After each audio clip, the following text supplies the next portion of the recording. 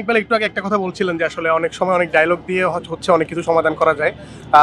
মানে এই সলিউশনটা আসলে আপনি যদি দেখেন, আমরা প্রথম দিনই আমি বলেছি যে আলোচনার জন্য, এবং আমি প্রথমেই বলেছি যে ভারতীয় ক্রিকেট বোর্ড বা আইপিএল এর সাথে যে আমাদের মোস্তাফিজের ইস্যুকে কেন্দ্র করে যে একটি দূরত্ব বা যে নিরাপত্তাহীনতার যে বিষয়টি সামনে চলে এসছে, আমার কাছে মনে হয় যে এটি আমরা আলোচনা করে যদি সমাধান করতে পারি তাহলে অবশ্যই একটি রাস্তা তৈরি হবে। বাট সবার আগে আমার বাংলাদেশ, সবার আগে আমার খেলোয়াড়দের নিরাপত্তা, এটা নিশ্চিত করে আমরা সকল আলোচনা করতে প্রস্তুত রয়েছি। দেশের মর্যাদা ক্ষুণ্ণ করে তারা বিষয় খেলতে যাবে না, যদি এটি সত্য হয় তাহলে দেশের ক্রিকেটের কি হবে বা দেশের, আপনি এই ব্যাপারটা কিভাবে দেখছেন? দেখেন, সবার আগে হচ্ছে আমার বাংলাদেশ, এবং সেই বাংলাদেশকে এবং বাংলাদেশের মর্যাদাকে ধরে রাখার জন্য এবং বাংলাদেশের খেলোয়াড়দের নিরাপত্তা নিশ্চিত না হওয়া পর্যন্ত আমার কাছে মনে হয় যে আমরা এই ধরনের খেলাগুলো থেকে আমাদের অবশ্যই বিরত থাকা উচিত। এবং আমরা একটি টুর্নামেন্টকে দিয়ে বাংলাদেশের ক্রিকেটকে বিবেচনা করলে হবে না, কারণ একটি বিশ্বকাপ যদি আমরা আমাদের খেলোয়াড়দেরকে যদি সেফটি সিকিউরিটি যদি এনশিওর করতে না পারি, সেখানে আমার কাছে মনে হয় যে সেই বিশ্বকাপে না যাওয়াই ভালো। এবং সেখানে আমাদের একটি বিশ্বকাপকে দিয়ে বাংলাদেশি ক্রিকেটকে বিচার বিশ্লেষণ না করে আমরা কিভাবে আমাদের ক্রিকেটকে নিয়ে আমাদের ডোমেস্টিক বা আন্তর্জাতিকভাবে আমরা আরও কী কী করণীয় রয়েছে এবং আমাদের খেলোয়াড়দের জন্য কী কী করণীয় রয়েছে সেই বিষয়গুলো নিয়ে যদি আমরা চিন্তা ভাবনা করি, তাহলে মনে হয় আমরা এই যে সময়টি আমরা পার করছি, যে ক্রাইসিস, খারাপ সময়টি পার করছি, সেটা আমরা খুব সহজেই পার করে ফেলতে পারবো ইনশাল্লাহ। এই বিষয়টা আসলে ভারতের যে অভিযোগটা ছিল যে হিন্দুত্ব যে একটা ইয়ে ছিল, আমাদের লিটন কুমার দাস কিন্তু বাংলাদেশ দলের ক্যাপ্টেন, এই বিষয়টা যদি একটু দেখেন, আমি সবসময় একটি কথা বলেছি যে বিগত 17 বছর আমরা দেখেছি যে ওই স্বৈরাচার সরকার তারা বিভিন্ন জায়গায় হিন্দুদের উপরে মন্দিরে আগুন দিয়ে তারা সবসময় বিএনপির উপরে দোষ চাপিয়ে দিয়েছে। 5 তারিখের পরে কিন্তু সেটা প্রমাণিত হয়েছে যে বাংলাদেশ জাতীয়তাবাদী দল বিএনপি কখনোই আমাদের সেই হিন্দু ভাইদের উপরে কখনো জুলুম কিংবা নির্যাতন, কখনো খারাপ কিছু করেনি। যারা করেছে তারা কিন্তু দোষর ছিল, তারা কিন্তু দেশ ছেড়ে পালিয়েছে। এখন সেই ইস্যুটাকে তারা কেন্দ্র করে এখনো যারা কিছু কিছু দোষর রয়ে গেছে, যারা আগামী নির্বাচনকে বানচাল করার জন্য চেষ্টা করছে, তারাই একটি মহল, একটি ষড়যন্ত্রকারীরা, তারা ধর্মকে টেনে এনে তারা এই মুস্তাফিজকে কলকাতা থেকে রিলিজ করে দিয়েছে। এবং যেই নিরাপত্তাহীনতার যে ইস্যুটা চলে এসছে সামনে, এটা কিন্তু অন্যতম কারণ। এখানে মুস্তাফিজ কিংবা আমাদের যে ক্রিকেট বোর্ড, তার চেয়েও বড় ইস্যু হচ্ছে ধর্ম।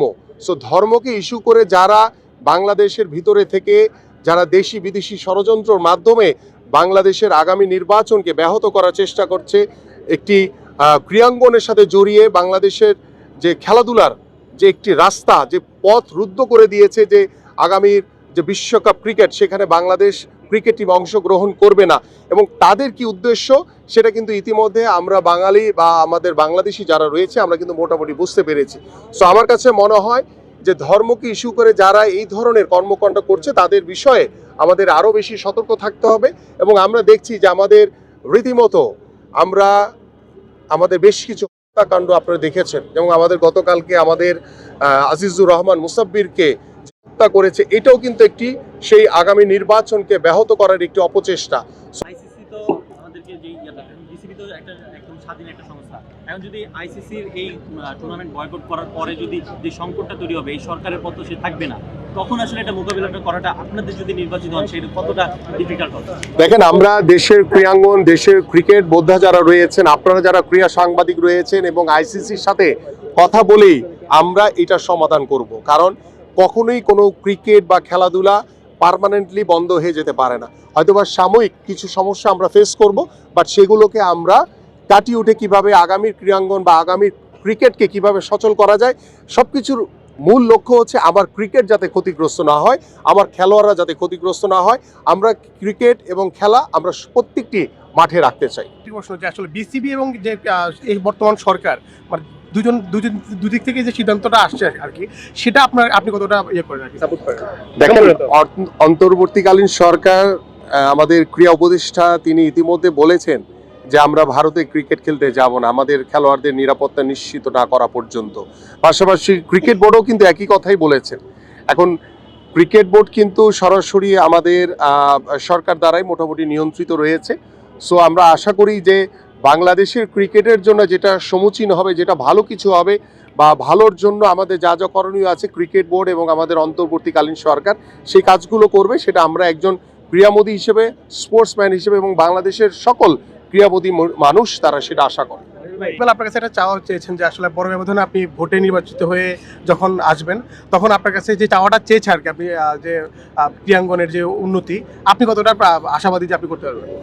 দেখেন, আমরা ইতিমধ্যে আমাদের মাননীয় ভারপ্রাপ্ত চেয়ারম্যান জনাব তারেক রহমান বলেছেন যে we have a plan. So সেই প্ল্যান মোতাবেক কিন্তু আমরা আগামীর বাংলাদেশের ক্রীড়াঙ্গনকে সাজানোর জন্য আমি প্রথমেই বলেছি যে আমরা খেলাধুলাকে পেশা হিসেবে প্রতিষ্ঠিত করতে চাই। আমরা আমাদের জাতীয় শিক্ষাক্রমে 4র্থ শ্রেণী থেকে খেলাধুলাকে বাধ্যতামূলক করতে চাই। তার মানে কি, যে বাংলাদেশের ইতিহাসে যেটা হয়নি আমরা সেই পরিকল্পনাগুলো করেছি এবং সেই পরিকল্পনা আমরা শুধু বাস্তবায়নের অপেক্ষা রয়েছে এবং সেই বাস্তবায়নের জন্য আমাদের আগামীর যে ত্রয়োদশ জাতীয় সংসদ নির্বাচন হবে, সেই নির্বাচনে বাংলাদেশ জাতীয়তাবাদী দল বিএনপি যদি নির্বাচিত হতে পারে তাহলে ইনশাল্লাহ আমরা সেই কাজগুলো বাস্তবায়ন করব। তো আমরা সতর্ক থাকবো সবাই এবং আমরা আগামী নির্বাচনের মাধ্যমে, একটি অবাধ সুষ্ঠু নিরপেক্ষ নির্বাচনের মাধ্যমে আমরা একটি গণতান্ত্রিক বাংলাদেশ গড়ে তুলব এবং সেই গণতান্ত্রিক বাংলাদেশের ক্রীড়াঙ্গন হবে শতভাগ স্বাধীন এবং উন্মুক্তভাবে আমরা সকলেই যাতে সেই ক্রিয়াগুলো আমরা উদযাপন করতে পারি। সব ধরনের খেলার খবর পেতে সাবস্ক্রাইব করুন। সঙ্গে থাকুন খেলার পাতার।